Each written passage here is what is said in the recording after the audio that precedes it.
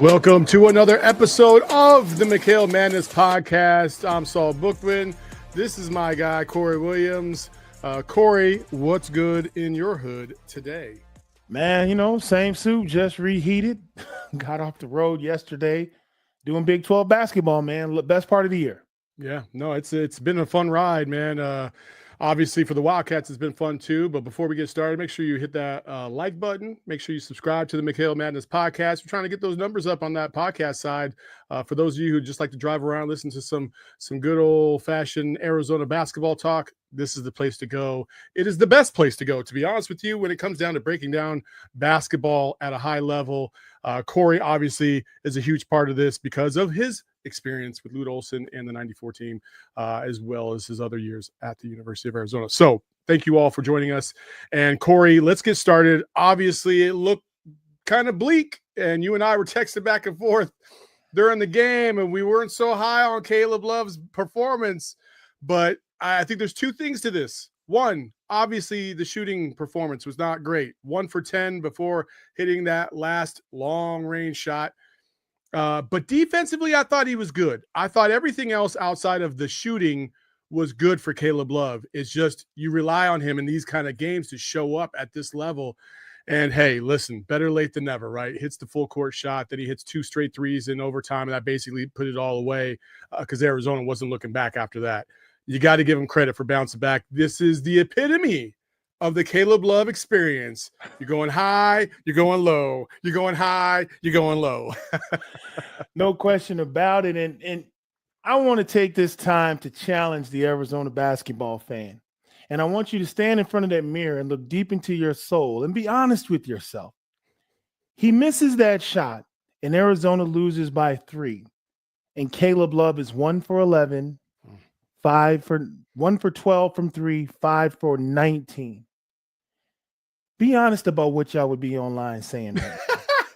Be honest about how y'all will be looking for that young man's house, trying to toilet, trying to throw tissue paper all over it, run him out of Tucson.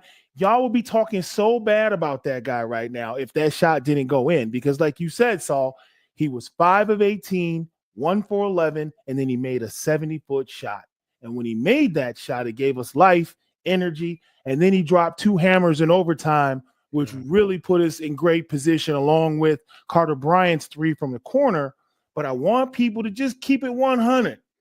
Where were you on Caleb Love as that ball was in the air? Be honest. And I think we have to keep that perspective because here's the thing, Saul. That's an Elite 8 game in the tournament. That's the team you're going to run into in the Elite 8. You have to win a game like that. Now, we were on our home court. So if you want any kind of glimpse into what Arizona could possibly do in a tournament, the first 2 might be gimmies. But then you're going to play an Iowa State like we played at Clemson last year. And that's the game you have to win. Now, we know if Caleb Love doesn't go 1 for 11, we win that game at home in regulation, for sure. For sure. So we talk about McKale Madness. That's the name of the show because there's this craze around Arizona basketball, but it's important to keep it real, set your expectations. That's a winnable game in Tucson and in a neutral site if Caleb Love shoots better throughout the game. Now, God bless the heroics. God knows that was one of the greatest shots ever in college basketball and in McKale Center. He's a hero. He deserves all the accolades because I said before, he's a shooter and shooters shoot. That's what you do. The team had a huge moment, a moment that they can hopefully springboard off of and continue on. I have a lot to say about that particular topic. Caleb Love and the last second shot. Let's go there. All right. First, All right, right before the inbounds pass, Fran Fraschilla says he calls Arizona State. Now they're playing Iowa State. You can see how you might be able to fumble those words every now and then, but that's a crucial mistake. Like, don't get me wrong, that's a crucial mistake. but he only made it once, and it was at the end of the game. I'll let that one slide. Like, it's not whatever. But like, what I was kind of taken aback by was like all the people that were attacking Fran afterwards about, oh, you wrote us off. Man, I wrote us off. Like 2.2 seconds on the other side of the court. It's not looking good, folks. Like, I'm sitting here, I'm like, oh, man. And then when I saw Caleb launch that shot, I was like, you know, when he hit it, I didn't even jump out of my seat. I just started laughing. Like, yeah, you just got to do the do the evil villain laugh. Like, are you kidding me right now? Like, yeah. I mean, like, it's beautiful. Like, I'm glad we're going to overtime. Like, I'm glad my Cats are going to get back into this. But did I think that was going to happen? Hell no. Like, it was like less than a sliver of a percent. So, like, I'm glad there's a lot of U of A folks, and this is the great thing about fan bases is that, like, they got the ultimate confidence. But if I was to tell you, if I walked into your house and I said $100, Arizona doesn't make this next shot, would you have taken that bet? They all would have. They all would have. And that's why I said it's important for people to just be honest.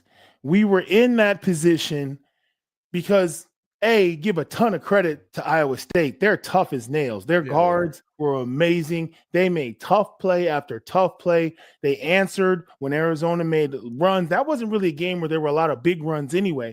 But you got to give Iowa State a ton of credit to come play that tough on the road. Now, for everybody in the AP polls and the ranking and all the people who get to vote, they don't have Arizona in the top 25 at the moment. They didn't. I know they will be come Monday.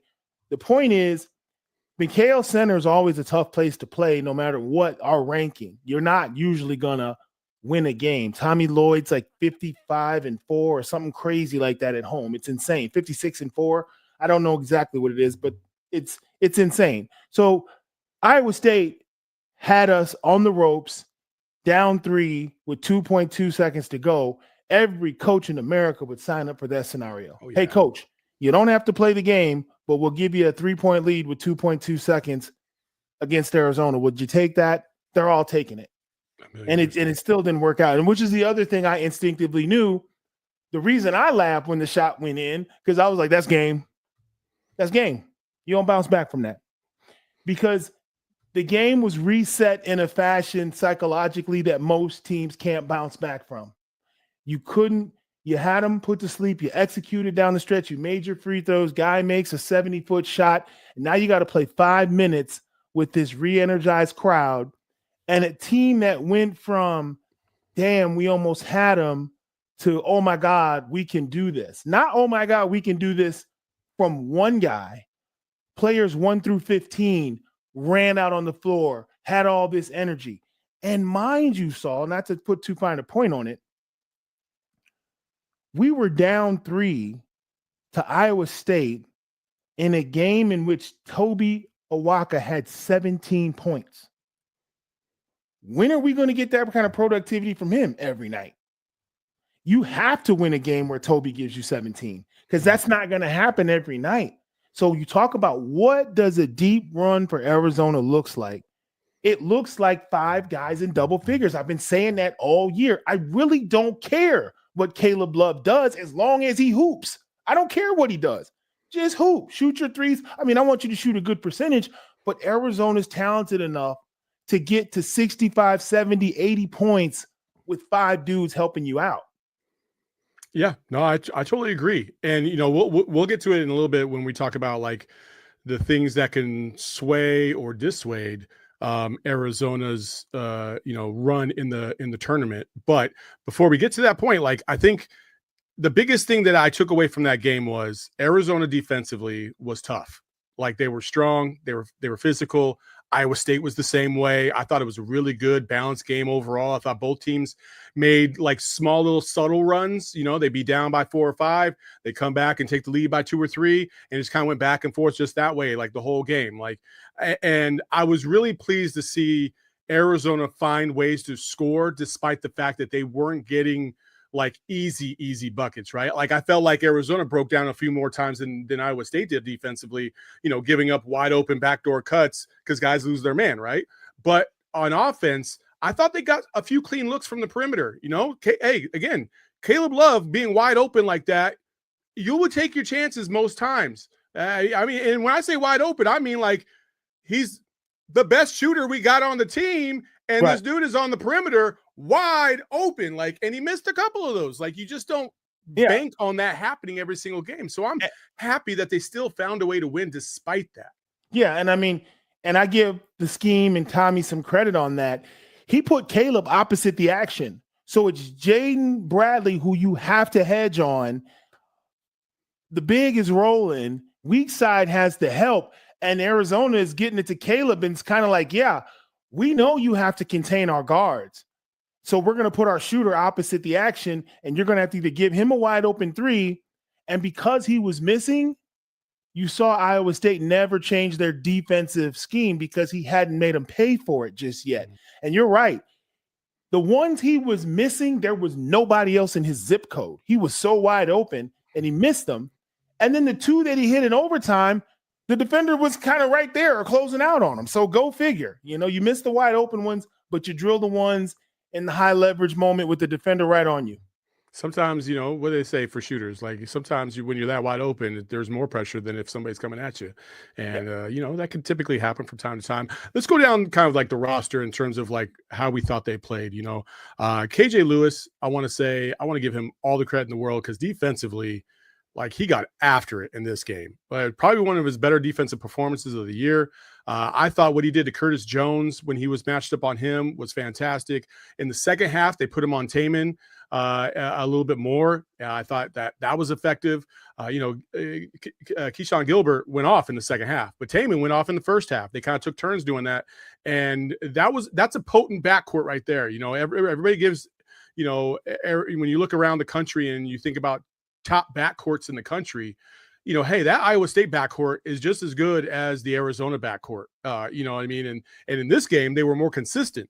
But, you know, listen, at the end of the day, Tobe Awaka, big difference maker. You know, I thought KJ's athleticism and getting his hands on the ball, I thought was a difference maker. I thought that Carter Bryant, with big time shots, big time threes that he hit, didn't feel so much like a freshman, except for like one or two kind of mishaps on the defensive end. I thought as a collective, both schools played very good. I thought it was a good basketball game. It wasn't the prettiest basketball game, but I really did enjoy it.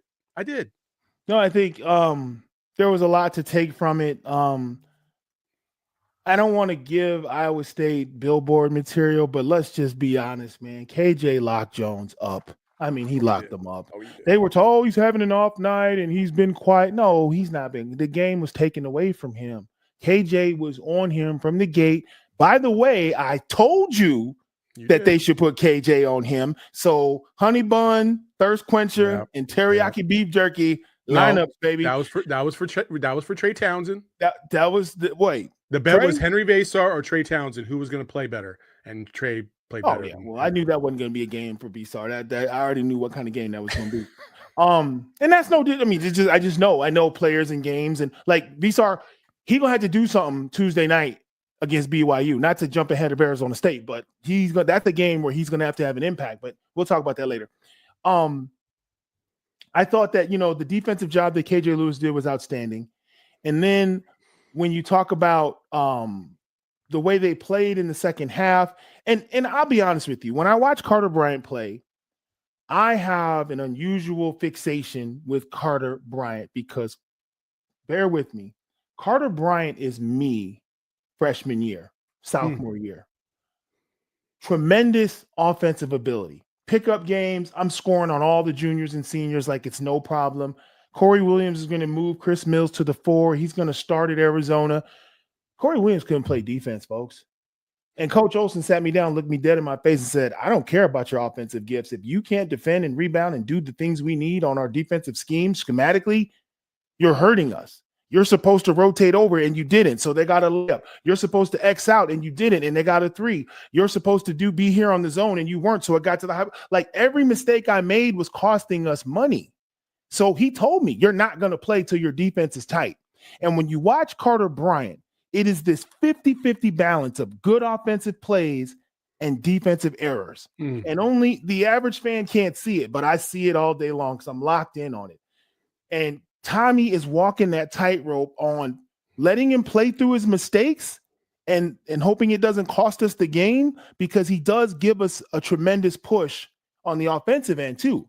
The threes he knocked down, the plays he makes, the dunks, he's phenomenal. But once again, this is I don't know how many games they're in, but he's only had a slightly more than a dozen college games in his entire career. So he's just on a learning curve. But the Carter Bryant saga is one that everybody should watch because you've got to develop him. You've got to get positive things out of him, but you can't let him hurt us in high leverage moments. I don't think he did that against Iowa State. I thought he was very solid. Everybody's going to get caught up on the buckets he made in films after the game. I'm sure they went over the mistakes, but he's making fewer and fewer mistakes as the season goes on. 1,000,000%. And listen, I really do. I do want to bring up one last thing, and that's, there's this tweet by Fran Fraschilla that I just thought was just spot on about Caleb Love himself. And man, I cannot see this on this screen. Let me pull it up over here so I can see it real quick. Basically he says that you see a player like Caleb Love from afar and you hear some of the negatives. I've been around Arizona men's basketball a lot this year, and they swear how good a young man he is. He deserved a night like this. And I think that is absolutely true. That is absolutely true. Listen, for a player like Caleb Love, and I don't know what's going on in his head every game. I know we can always, everybody on the outside can make these assumptions based on, how he's looking or how he's feeling or whatever, right? But you don't know unless you are him. And what I see from Caleb Love is I feel like he's a guy that truly cares, and he wears it on his sleeve probably a little too much. I think he is constantly looking at himself in terms of what he can do. If you don't know, folks, like I swear, after every single game at McKale, if you just stick around, well, they'll probably kick you out, but like about 45 minutes to an hour after the game, Caleb Love is still at the arena. He's at the arena every single time. He's at the arena still. And he's talking to, I'm going to assume probably some family members or whatever. And they're just sitting there talking and talking and talking. And I don't know what that's all about. I don't. But what I do know is that he's getting some kind of therapeutic moment right there, whether it's, conversation about the game or life or whatever the case is. But that's his thing, right? Like he's sitting there in the arena. And the fact that he chose to stay in the arena, sit in the stands, chop it up with his people, tells me that he's a hooper. Like that's his environment. McKale, the gym, like that's what he loves. And I've seen, we mentioned it a couple of weeks ago where he gave his shoes to these two young kids, and he truly has a passion for the game. It's just sometimes people look at him and think, oh, well, he's getting paid X amount of dollars, and if he doesn't produce, then F him. And I'm like, nah, that ain't it. How is he affecting the game? Is he affecting the game at all? If he's not doing it on defense, okay, I can understand some of the disgruntledness, but he's working hard. He is. It just doesn't go your way sometimes. And it's not going his way the way I think we would all hope. But I'm telling you, folks, he had a moment already. I said he was going to have a moment this year. That's probably the moment.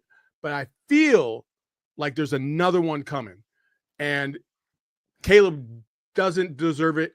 He deserves it more than anybody else, in my opinion, because nobody can go through what he went through at North Carolina and what he's gone through here at Arizona and getting all the shit that has been coming his way left and right and not have respect for the kid for how he's dealing with it and just getting through it, right? Like I have all the respect in the world for Caleb, whether he goes 0 for 20 or 20 for 20.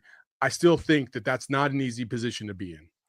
I mean, there's two things. One, if Caleb Love is going 1 for 15, but he's not boxing out and he's not playing defense and he's not rebounding and he's not passing to his teammates and he's not hustling, then I think you have a legitimate gripe. But that's not Caleb Love.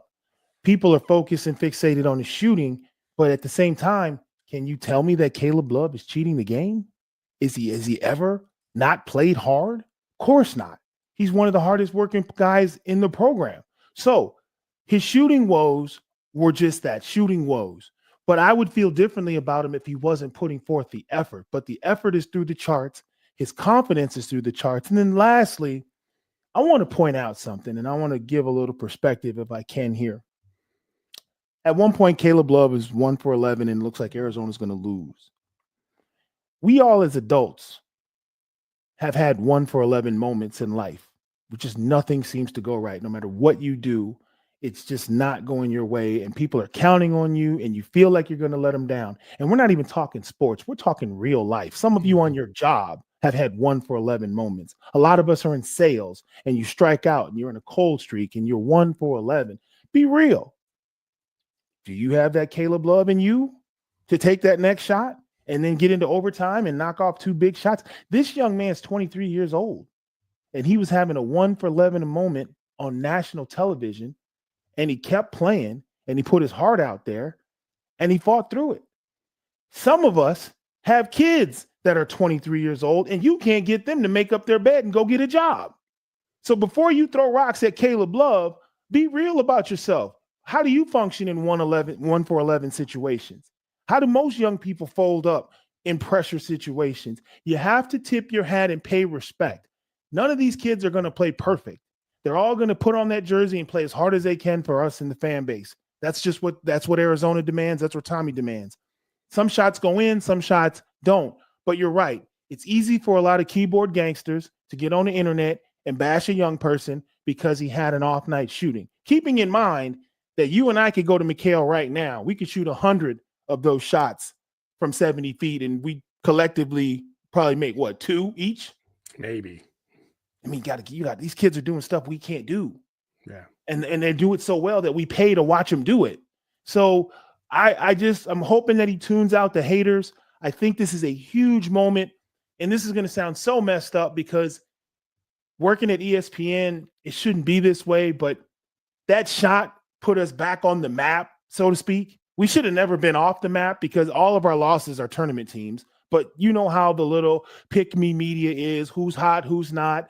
You know, everybody trying to show Caleb Love love now. His shot was in everybody's repost and retweet and all of that. Everybody jumping on the bandwagon because it was a big play. But y'all wasn't really rocking with us after Thanksgiving. Let's just be real. They really weren't.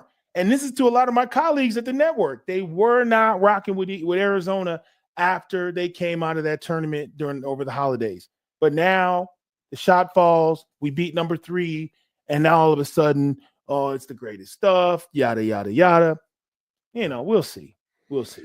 I think that's a great point. And listen, are you buying or are you selling, Arizona stock? Well, we're going to talk about that in their tournament projection here in a second.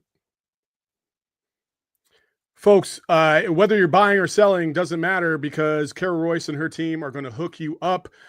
So let's talk about if you have to sell your house. All right. The Carol Royce real estate team is family owned and locally operated with 3 generations of family members serving the Valley of the Sun, but they can also hook you up down in Tucson as well. They got people all over the state to help you out. Carol and her team have an unbeatable track record, having sold over 12,000 homes across the valley. Carol knows the Arizona real estate market. She just absolutely does. Choosing the right agent is a big decision, and too often you're left with doubts of whether you made the right choice or not. While many other agents make big promises, Carol Royce gives written guarantees. So you can rest easy knowing you're not just making the right choice, you're making a guaranteed one. Your home sold for 100% of market value. Look at that. So, or she'll pay the difference. That's pretty dope hookup right there, right? So if you're considering selling your home in 2025, the name to trust is Carol Royce, your home sold guaranteed realty. Have questions? Call today or visit Carol Royce online at carolroyceteam.com. That's carolroyceteam.com. Now, folks, I want to say this right now. My guy Fran threw a little shade out there the other day, and I think we got that tweet right there, Kev. You got to pull up that tweet. Yeah. Okay. So, listen, Fran's hitting here. He's talking about the trolls on Twitter and whatnot. That's cool. But what I'm going to say here is when he says, do you realize how much fun that was? I said, it's too far. And then Caleb hits the 60-footers to send it in overtime. Arizona men's basketball. What a fan base. Even you fool tools on Twitter. I love that because he just threw some shade. And you could throw some shade by going to Shady Rays and hooking yourself up with a pair of sunglasses. See how I just wove that all in there? Use promo code PHNX. Get yourself 35% off and get yourself a pair of Shady Rays today. Corey, did you get your Shady Rays? You know what? I got to check my mail because I'm pretty sure they're here. I've been out of town. So I'm going to, put on a little house coat, walk to the mailbox, say hey to my neighbors and check my box and see what's going on. It is there because I got the delivery notification, so I know it's I'm there. Or somebody swiped them. Swiper be swiping, and maybe got a lot of little porch bandits out here, porch pirates. Shady Rays is an independent sunglass company that can hook you up with 35% off by using promo code PHNX, whether it be online or even in their store over here in Scottsdale. They're rated 5 stars by over 300,000 people. Get yours today at shadyrays.com. All right. So we talked a little bit about Arizona, and yesterday I had an opportunity to talk to Fran Fraschilla and Jimmy Dykes, your colleagues over at ESPN. And Fran obviously did the game against Iowa State. They both had really great things to say about Arizona. You can see the whole clip, which is on our YouTube page. It just got put up yesterday, so go check it out. It's fantastic. They both are one of a kind in terms of their analysis. The depth of knowledge that they have about all the teams is just unbelievable. But Jimmy Dykes talked about the Bahamas, and to go from where they were in the Bahamas to right now and how significant that is. So take a quick look. Obviously, I saw them 3 straight days in Atlantis, and I had a couple of conversations with Tommy about his team, and he kept saying, I just don't know. I don't know if we're gonna be able to put this thing together or not. And where they were in November, I left Atlantis thinking, man, they got a lot to figure out, And Fran knows it's not easy to turn your team around in the middle of the season. I know it was early in November, but you just got games coming at you. You're trying to figure your own team out. And to me, that's a sign of a guy that can really, really coach. It wasn't smooth for them early. I wholeheartedly agree. And both of them talked about Arizona right now feels like a Sweet 16 team. Now, they didn't say that was their ceiling. He didn't say that was their baseline. He just says that they feel like a Sweet 16 team right now, which if you look at all the metrics, if you look at all the stats, they're right there at about that 13 to 17 range, according to analytics. So a Sweet 16 appearance would make sense. But how do they get to that next step? And that's what we're going to talk about right now. In order for Arizona to get to that next step, Corey, what do you think is the one thing that they need? Now, Fran did say, again, in that video, Fran talked about he wished they had one more go-to scorer. And he felt like that was the one thing that kind of separates them from some of the elite teams, is that they just wish they had one more go-to guy that they could rely on for a bucket when they needed it. Other than that, Corey, what do you think? I mean, they've got – I think they've got enough scorers. And, God, I hope I'm not jinxing my guys, but we need to have some form of consistent – Jaden-less offense. That to me is the main thing that could derail this Arizona team. He is a big guard. He's playing unbelievably well. In the beginning, he couldn't be stopped, but they were losing. And now he's kind of eased up off the gas, and Del Orso's eating, and Trey had a big game, and Toby just had a big game, and Caleb's had a big game, and Visar just had a big game. All the while, who's just been solid as a rock the whole time? Maybe a level or two down from how he came out of the gates. You remember the first 10 games, we were like, it's Jaden and nobody else, because nobody else was doing anything. But he's given opportunities, and Arizona has grown where we were, a 2-legged creature. Now we're an octopus with 8 legs because he scaled things back and everybody else has grown. But I still worry about how we look if he's not available to us, whether it's foul trouble or they go boxing 1 or they trap him all game. Like, we're too good for you to trap Jaden all game. But I think we got to rest him, 8-9 minutes a game. Can we still be productive with a different look? Because I don't know that anybody else can run point on that team. And it hasn't cost us a game yet. That's why I say I hope I'm not jinxing us. But Arizona started preseason top 10. That's where they always should have been. That's what they are. Now they have to bear that out throughout the season and prove it. I think they're returning to form, and putting him in the Sweet 16 to me, isn't really saying anything because they've always, to me, been top 20 team all season, regardless of what their record was. Yeah, no, I agree. I mean, Jaden is definitely, that would be a concern. I did see Tommy take him out a few times the other night, especially in the second half. There was a stretch where he took him out. I was like, ooh, you really took Jaden out right now? Like, yeah. but it worked out. Everything was fine. KJ and Caleb have kind of taken on those duties when there's nobody else really available. And so hopefully we don't have to experience it for long stretches at any point this year, but I definitely understand your concern. Jaden is just, what I'm not concerned about necessarily is foul trouble. If Jaden Bradley got into foul trouble, that means we have an egregious ref, because Jaden Bradley is just so good with his body and making sure that he doesn't swipe down and he doesn't do silly things. Like, he just never makes silly fouls. And that's, again, like, we were talking the other day, and my guys, he's always on Caleb Love. He's always texting me. He's always on Caleb Love, and he's always like praising Carter Bryant. And I'm like, my guy, look at Carter right now. Look at his last 3 fouls. Like, Carter picked up like 3 fouls in like 3 minutes the other night, and they were all egregiously ridiculous. Like, why are you jumping over somebody's back when he's clearly got the rebound? That's a dumb foul. Like, why are you swiping down and hitting somebody's arm when you're not even in position to get a steal? Like, these are the things that you got to avoid. Jaden Bradley does not make those mistakes, and hopefully that'll rub off on Carter, because as you get into these tournament games, you're going to need your elite talent every single second available, and you don't want to have to take it off the table because they're in foul trouble.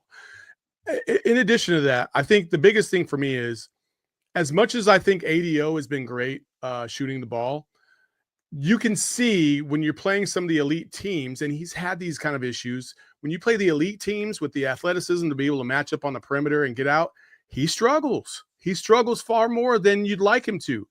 He wasn't really a factor the other night against Iowa State. I mean, he wasn't a factor at all.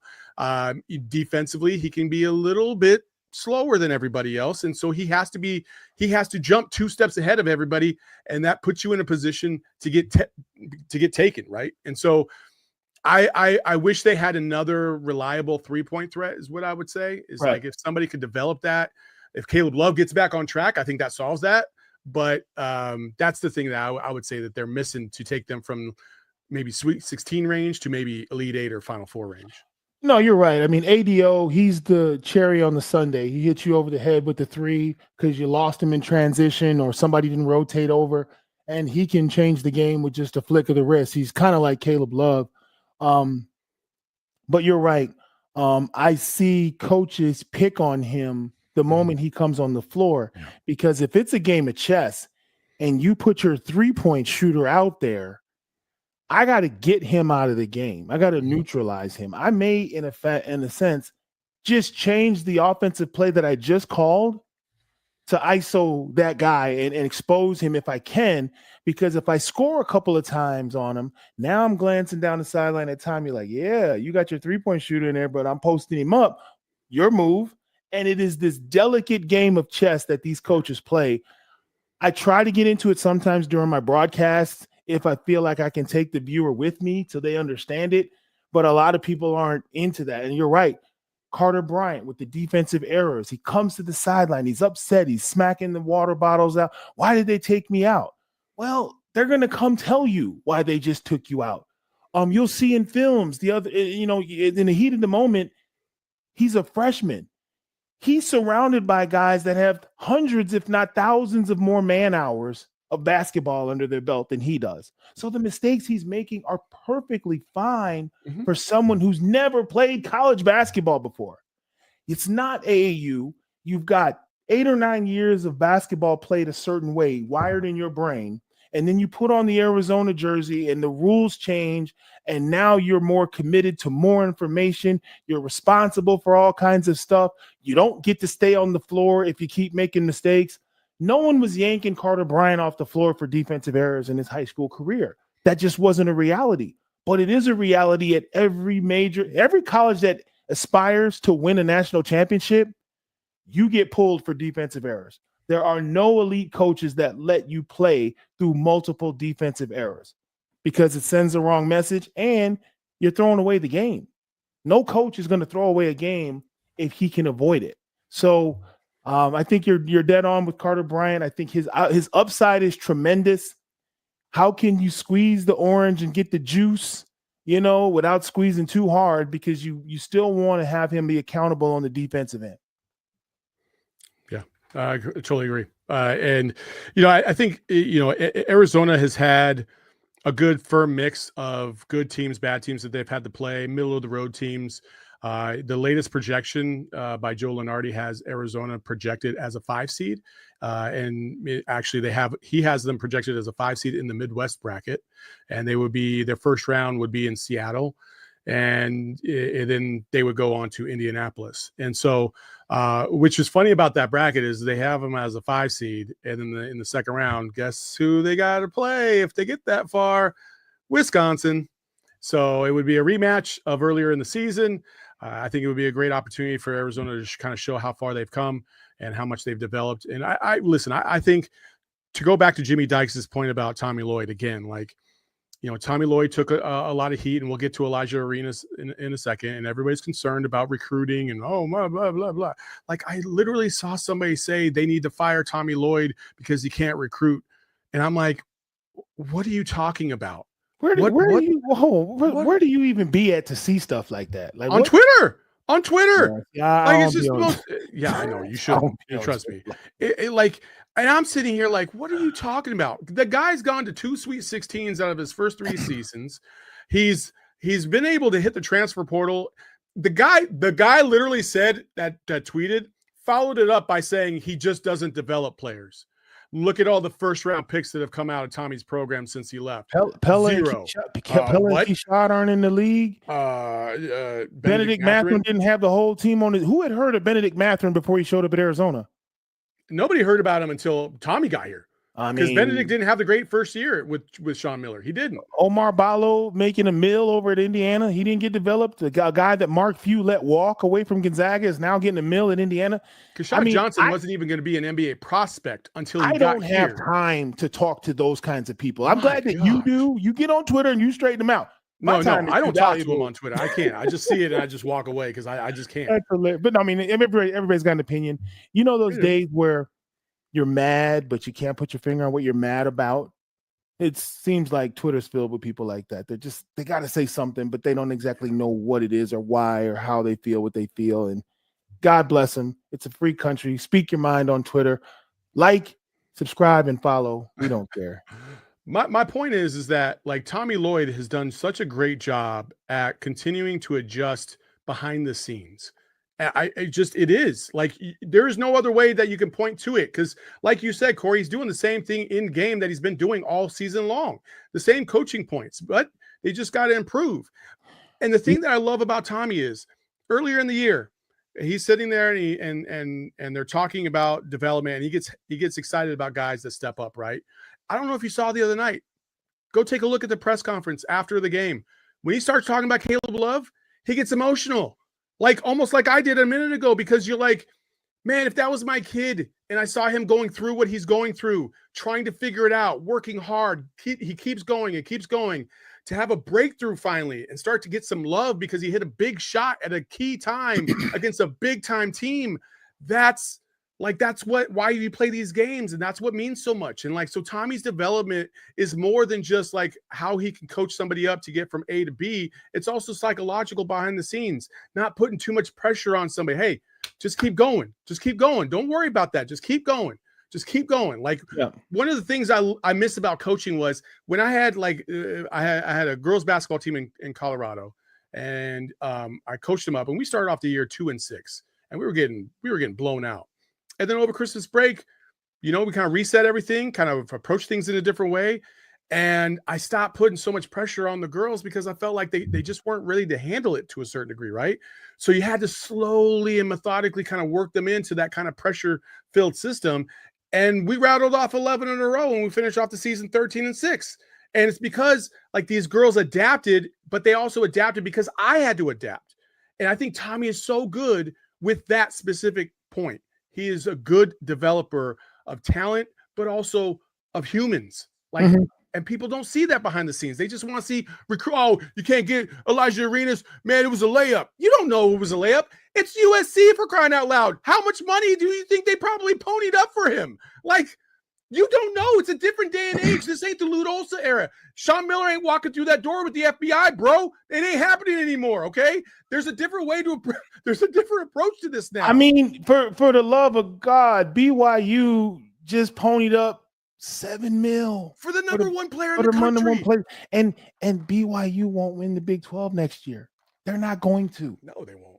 And I said that live on, they're not going to win the Big 12 just because that freshman is coming to their school. He's not going to make a difference. But I think one of the reasons Tommy gets emotional is because now more than ever, we live in this weird space where reality versus opinions outweigh reality. When a team drafts you to go to the league, they're pretty much expressing their opinion of your ability. Mm-hmm. We express it by drafting you. Well, I remember a time when there was only a handful of opinions that mattered on who was a pro and who wasn't. One of the guys was Marty Blake. You remember Marty Blake? Yeah, Marty Blake, yeah. Marty Blake pretty much called the first 58 picks of the NBA draft as an NBA scout. He did the pre-draft invites for Chicago, and if Marty Blake said you was legit, you was legit. Marty Blake said this kid from Arkansas Little Rock, Derek Fisher, is going to be a hell of an NBA player. Who is that? We've never heard of him. How many rings did Fish get? What kind of career did Fish? So now you live in an era where Twitter and social media, you've got a gazillion opinions, and Caleb Love is under attack. His reputation is under attack. And if the opinions get louder than reality, this young man's window could close. He came back to Arizona because he didn't necessarily get the feedback he wanted from NBA scouts. He felt like he had unfinished business. We welcomed him back. When Caleb Love was coming through the door, I knew immediately that's 15 wins right there off the top. And you can't tell me how many nights is Caleb Love not the best player on the floor for either team.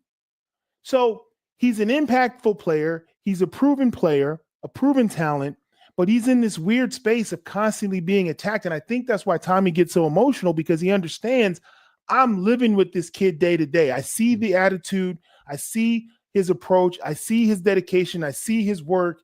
And I got to come out here in front of a panel of microphones and defend a great person all the time.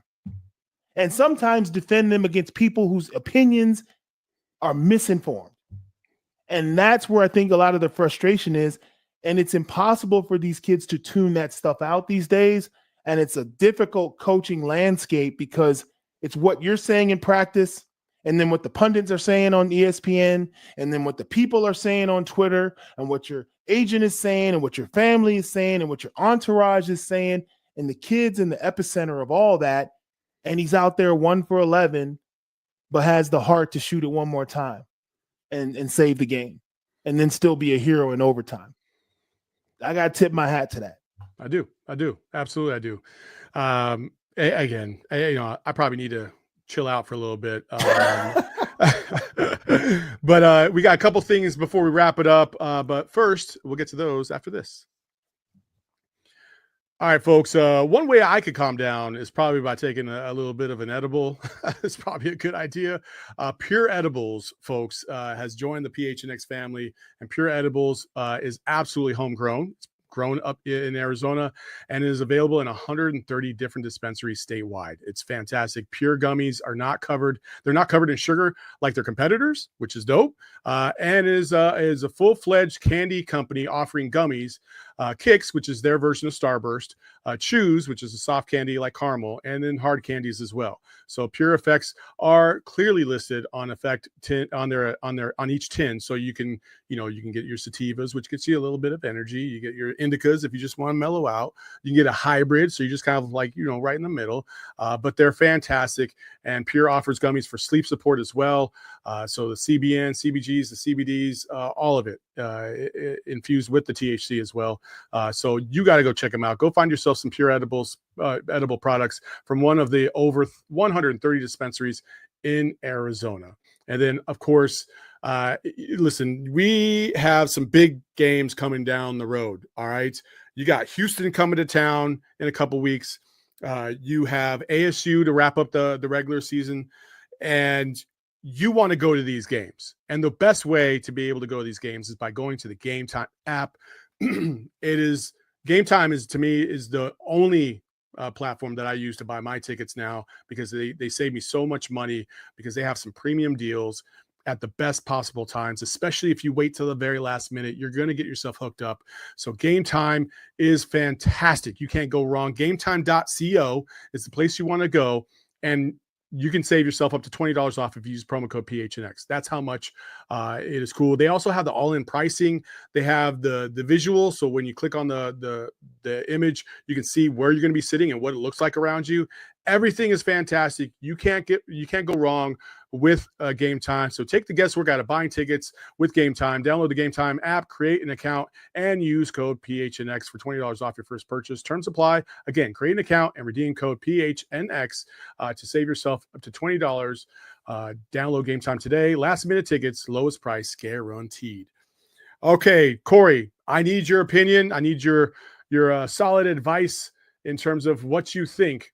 So I'm going to put this out there. What do you think? I'm going to give you 4 options. Which is the best play in Arizona history? Okay. We got the shot the other night with Caleb. You got the 75-footer from Miles Simon to beat Cincinnati. Both teams were highly ranked. Bob Huggins' Bearcats went down. That was over here at Veterans Memorial Coliseum, by the way. You have the Derek Williams block, right? Okay. And, I'm forgetting one. There's another key one. There was a 4th one. Damn. I'll give you the Mark Lyons layup against Florida. All against top-tier teams. What say, and this is non-conference game or non-tournament games, obviously, is what we're talking about. So what would be your go-to? Oh, Corey's mic is muted. My bad. I'm sorry. I'm going to say Miles Simon shot. And I'm going to say it for a couple of reasons.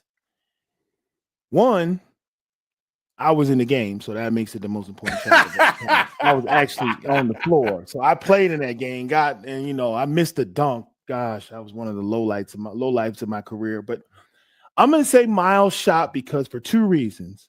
One, it was a phenomenal shot. It ended the game. Caleb's shot extended the game. Miles shot, game over. Mm-hmm.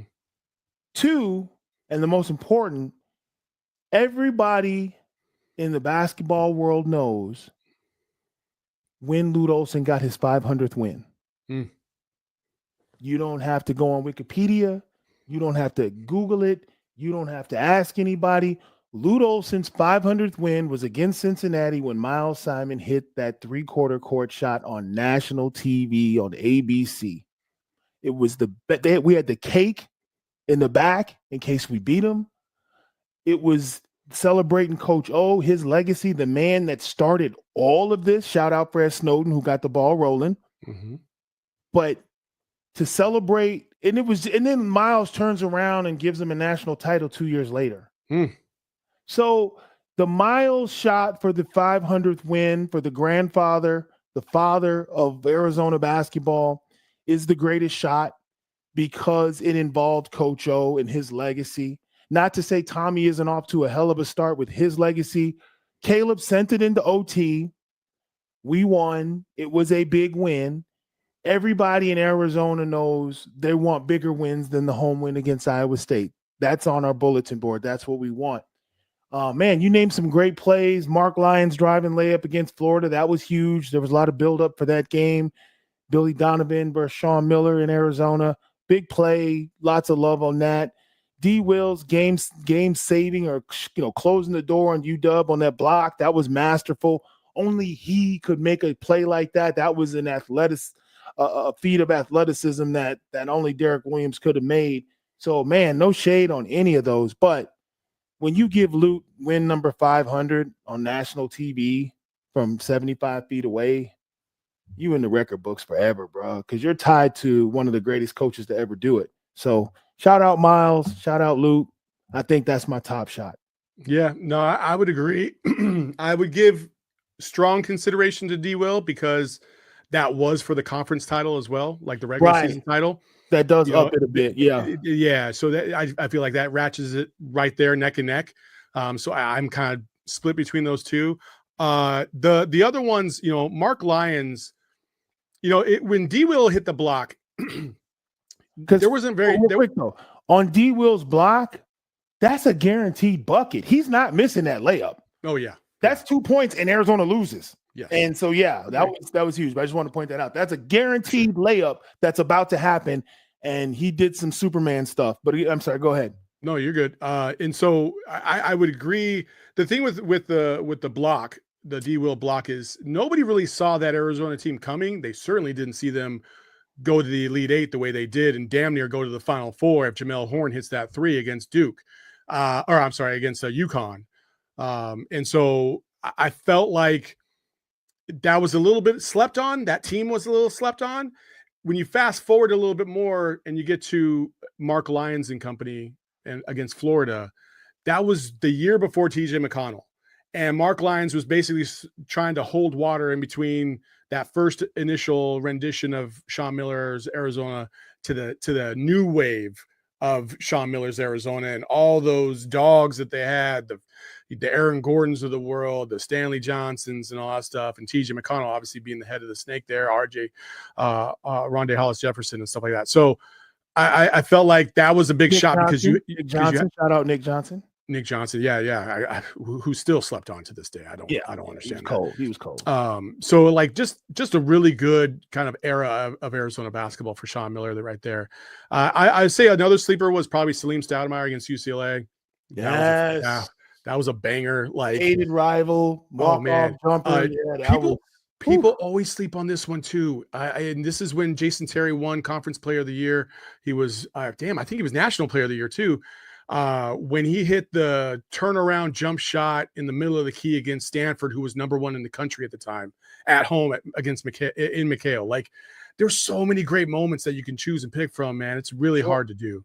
Obviously, Gilbert Arenas was part of some of those great moments in the history, and I think a lot of people were invested in Gilbert Arenas, his son Elijah, coming to Arizona, but it didn't happen for a variety of reasons. Whatever. You could point to his relationship with Eric Musselman in terms of Elijah, but Gil also has a relationship with Eric Musselman. And so I know that he wasn't too hurt about him going to USC. And also, listen, at the end of the day, I don't care what you think about Gilbert Arenas and his influence over his son. It's still his son's decision. And if his son feels like he's better suited to go to a specific place and go play for Eric Musselman at USC, then it is what it is. Does it suck? 1,000,000% it sucks. I really wish we had another Arenas here at U of A, and it is what it is. But now you guys shift your attention, and there's two prospects left.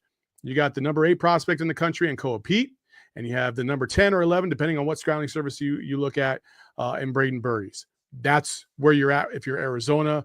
Both of those guys would be plug and play, ready to go day one, and you're hoping that those two do come to Arizona, because if that happens, Arizona will be a top 5 team to start the season next year without a doubt. If it doesn't happen, again, I'm not gonna crap all over it. I'm not gonna be thrilled, but I trust Tommy and his squad to be able to figure this out and put it together and make the pieces fit and continue to be an elite program. And the reality of it is this: the guys that are going to bring Arizona a national championship are on the team this year, and the guys that are going to bring Arizona a national championship next year, they're on some other college team right now. They're on their way here through the portal. There's no freshmen that are going to make a difference if you get them or not. It's like, you had that buddy in high school who, his girl broke up with him and he spent the rest of his years worried about the fact that she didn't like him back. I mean, so a recruit goes to another school. It's not who we are. We win with the kids that want to come play here because we got a hell of a coach that's going to coach them up. So if a player turns down Arizona, I'd rather rock with the kids that want to put on the block A and are ready to play the style of basketball that Tommy wants to play. I don't necessarily think a kid is going to make or break college basketball programs anymore. I don't think there's a freshman out there that's going to send you to the Final Four. Unless you're talking about Carmelo Anthony or Anthony Davis, those are the last two freshmen to lead a team to a national title. Carmelo was 2001, 2001. Yep. Come on, man. Anthony Davis was, 10, 11 years after that? So can we relax with the, oh, my God, they didn't come to Arizona reaction? Because chances are it wouldn't have made much of a difference. Like I said, now if BYU cuts down the Nets next year, led by their superstar, $7 million freshman, I will shut up. But as sure as I'm sitting here in my office, that ain't finna happen, folks. It ain't finna happen. That Syracuse team too was good. That was a good Syracuse team. They had Hakeem Warwick on that team, who was like, his measurables were ridiculous. Yes. Plastic man kind of dude. I want to say Jerry McNamara was on that team as well. Like they had some dudes that can ball at Syracuse at that time. So it wasn't just Carmelo being Carmelo. It was more than just that. Same thing when you look at Anthony Davis's Kentucky teams. Those teams were loaded. Rondo was the best players in the country. Was Rondo on that team with Anthony Davis? No, I was late. I was late. That was way later. See, I'm he was with the Celtics winning a championship. Yeah. I'm thinking of Rondo earlier when he was at Kentucky, but Rondo played with some dogs too, though, at Kentucky. I can't remember. I got to look it up. But the whole point is an impact. An 18-year-old kid is not going to tip the scales in college basketball. I did Baylor, Kansas State, and guys were bleeding and falling all over the court, and dudes muscled, chiseled, banging it. There's no 18-year-old kid that's going to come in and make a difference. Now, VJ Edgecombe at Baylor is a pro, and he showed up in that game and he ended up winning the game. But if VJ Edgecombe is has a breakout tournament and leads Baylor to another national title, I'll shut up. But I don't think that's going to happen. So this Arizona team that can get 5 guys in double figures, they can cut down the nets with players that started off at various colleges. As an Arizona alum, I don't care. Yeah. Let's pop the champagne and cut down the nets. Whoever's suiting up with us this year, damn it, you're a Wildcat. Let's go. Yeah. If a freshman chooses to go somewhere else, we'll see you in the tournament. Get your NIL money. Go have fun. Do your thing. I want to win. That's all. I don't care about recruiting class rankings. I want to win. I would care more if I knew players were sticking around for more than a year. Exactly. When you're a top 5 or 10 prospect and you come here, listen, we played this game before. We had the number 1 recruit in the country in DeAndre Ayton, and we got bounced in the first round. And we had dudes around him too. Like, what are we doing? Aaron Gordon didn't get to the Final Four. Stanley Johnson didn't get to the Final Four. Like, we've had top prospects, and we haven't. Zion Williamson didn't take Duke nowhere. No, like it happens all the time. So it's not like it's now respect that boy Cooper Flagg. He might get to some Elite Eight sweet, because first of all, they're gonna get the 2 bye games right there in Greensboro for the opening round. You know, Duke's gonna get a 1 seed and get to play in North Carolina opening round. Real quick, Corey. For those of you streaming on the other platforms on TV, make sure you pop on over to gophnx.com to catch the rest of this conversation. Go ahead, Corey. So yeah, Cooper Flagg's poised to be an Elite Eight guy, and he's the head of the snake at Duke. Make no mistake about it. So there's a couple of players out there that could turn tables on my freshman can't get it done spin, and I'm not rooting against him. I'd love to see it. I think it'd be great for college basketball. But for the fans that live and die on where kids sign, you never know what your blessings are. Maybe you don't want. Maybe there's intangibles we don't know about that come along with it. I mean, for Christ's sake, we got enough to deal with the Bryce James circus coming to town. You know, we got to deal with that next year. So maybe we just need to get the guys that's going to hoop and let it go from there. But we don't need all that extra media attention. He is balling, by the way, Bryce James. I don't know if you saw him this week too. He was dropping buckets again. Points. He had 12, 13? No, I think he had like 22 the other night. So I used to score that in a half. So yo, listen, man. But you were also listen, like for a Chicago guy, I know you was playing in some church league kind of stuff. No, sir. Now we were now all due respect. We were in the Little 7 conference. That was the name of our conference, the Little 7. And it was a bunch of farm teams. But our coach would take us into – we had 2 games against Chicago public school teams every year. Sullivan, Marshall. We played city teams. And he took us downstate to play East St. Louis and all those teams for our holiday tournaments because he didn't want us shaking in our boots when the state tournament happened because you have to beat Chicago teams to get downstate. So I would say my schedule was 75% cupcakes. I'm not gonna lie. We had a lot of easy nights out there, but we played City League teams and we played teams from Central Illinois as well. Shout out to LaFonso Ellis. That's my guy. Shout out to Juwan Howard. I mean, there's so many legends in Chicago that we had to bang against. Like, we went out of our way to schedule them. And our coach was trying to do a home and home. Like, yo, we'll come into the city, play y'all in the City League where you got to go through metal detectors in the games at 2:00 in the afternoon. And then y'all next year come play us in Batavia. And they were like, nah, we're not coming out there because y'all go cheat us. The refs gonna cheat and da-da. They just didn't, because half our team was football players. They didn't want that. They didn't want the smoke. That's what it was. But anyway, we getting off track. But yeah, I'm just joking about James. I hope he comes along. I mean, I'm rooting for him. I want him to be a great player at Arizona. But like you said, when kids are just passing through, you come through, you get some EGs and you eat at El Charo and then you leave. I don't need that. I want a kid that's going to come through and really connect with the fan base and connect with the community. And that's what I love about this year's team. All those guys are great at that. Like, I think if Carter Bryant comes back for year 2, which I absolutely think he should, if he comes back for year 2, like, I think Carter Bryant's going to be a completely different player because you make your biggest jump from your freshman to your sophomore year. He's going to be a focal point of the team, bro. Like next year. Carter Bryant has Tracy McGrady written all over him. Oh my God. Yes. All he has to do is settle in. He's got enough athleticism and instinct to dominate. He's got a stroke. He can jump out the gym and block shots. Once he gets comfortable and Tommy can give him 32, 34 minutes of mistake-free basketball, Carter Bryant that boy going to be so tough. So tough. Oh, my goodness. And this is the thing. I think Carter Bryant right now, if he comes out, he'll be a first-round pick, probably, maybe second round. He's going to be, kind of shifting in there. If he comes back and develops and he gets better, like, he's a lottery pick. That's the biggest jump. And when you're a lottery pick, you get a guaranteed contract for X amount of dollars for a set amount of years. And you don't have to F with the G League. And you don't have to F with 2A contracts and F with all that other BS. You don't find yourself in Europe in a year or two. Like, please. Again, when you're a lottery pick, you have an entire franchise dedicated to developing you. Yeah. When you're higher than 25 or 30, you have to prove yourself to them because they're not laying out a ton of money on your rookie deal. So whether you're a lottery pick and they're investing in you, the whole staff is behind you, your development and everything.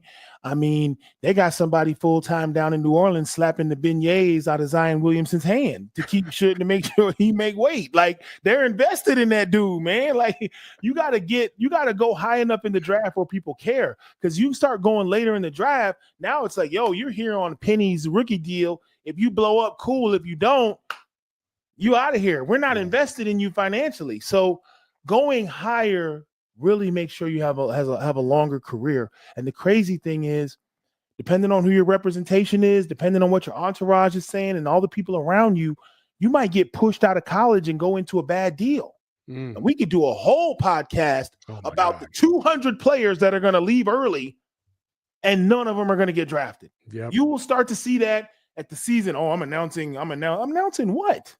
Announcing the G League? Why would you announce that? Yeah. I'm going to forego what, bro? I look at the draft slots. You're not even going to get drafted. So staying in school and you only get to come out once. Come out when everybody's locked in on you. The money will be there. The development will be there. And you can have a 15-year NBA career if you're injury-free, if you're lucky. Listen, a couple things before we do take off. Shout out to Parker Jackson Cartwright. For those of you who don't know, he had some weird stuff going on in New Zealand. He got suspended because he got into an altercation with a ref. Those European leagues, man, they're kind of crazy. Anyway, he didn't like how he was being treated. He felt like he was being scapegoated for X, Y, and Z. New Zealand offered him one of the biggest the biggest contract in their franchise's history. He turned it down and opted to leave midseason to go play over in Lithuania with former Wildcat Azulis Tubelis. So there you go there.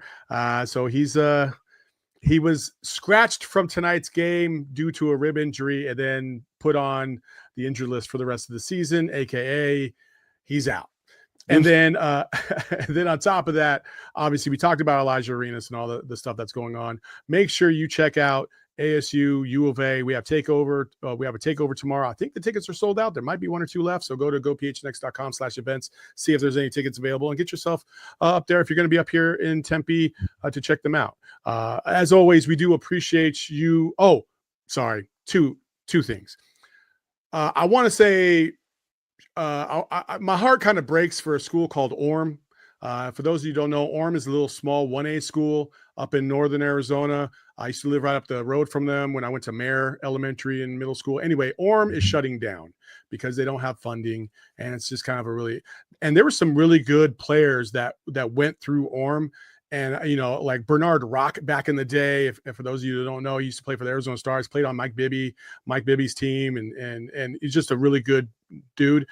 And so it's sad to see that school close down. Also, my alma mater, Sonoma State, they scratched all athletics starting next year. And, when I got up there, they had scratched football, and Larry Allen was a big, Larry Allen, former Dallas Cowboys offensive lineman, donated a lot of money to that program. And then he stopped donating once they got rid of football because he's a football player. Right. And so it's just sad to see what's going on in athletics around the country. It takes money to run these programs, and it's not easy, and you got to fundraise. And sometimes programs come up short for a variety of different reasons. So my heart goes out to those 2 programs. It's really sad to see, but hey, it is what it is. So for Corey Williams, you can follow him at College Corey. You can follow me at Saul_Bookman. You can follow the show at PHNX_Wildcats. Make sure you follow Kevin and Damon tomorrow for the post-game show after U of A takes on ASU. Hopefully we beat those guys because they got 3 of the next 4 on the road. And they have Texas Tech at home. They go on the road for ASU, BYU. Then they got Texas Tech at home, and then they go on the road for Kansas State before coming back home for that big game against Houston. What's up, Corey? The Arizona State Sun Devils had Iowa State on the ropes. Let that sink in. With 8 minutes to go, Iowa State was going to lose up there. So for those people thinking you're going to click on and have brunch and mimosas and omelets and watch a blowout at 11 o'clock MST tomorrow, we got to play. We got to play the same way we played against Iowa State up there. Bobby Hurley's got a crazy, scary team. When you talk about they're so emotional, the way they play transition and shoot threes, they got the 7-footer, Quentin's in the paint. I mean, they are a Jekyll and Hyde squad. They can get you if you don't come ready and locked in. So let the Iowa State hype die down, and I'm going to have me a bowl of cereal in the morning. I'll be watching. I'm not going to go up to the game, but that's not going to be a cakewalk unless we come out and handle business. I had to do my wife a solid, and so I will be on the road watching this game. Happy wife, happy life. You're a smart man. Sometimes you gotta take her to the castle, man, and Mickey Mouse don't be fronting. So this is what it is, man. My goodness, you really solid. You about to. Yeah. So we do appreciate you all. Make sure you hit that like button on your way out. Make sure you subscribe to the McKale Madness podcast all over your favorite podcast platforms. Saul's going to Disneyland. R.I.P. to Saul's wallet. Mickey gonna get him ski mask, everything. Give it up. Give it up. So like I said, I appreciate y'all for joining us. Until next time, hey, bear down, go Cats. We all silly like the mayor.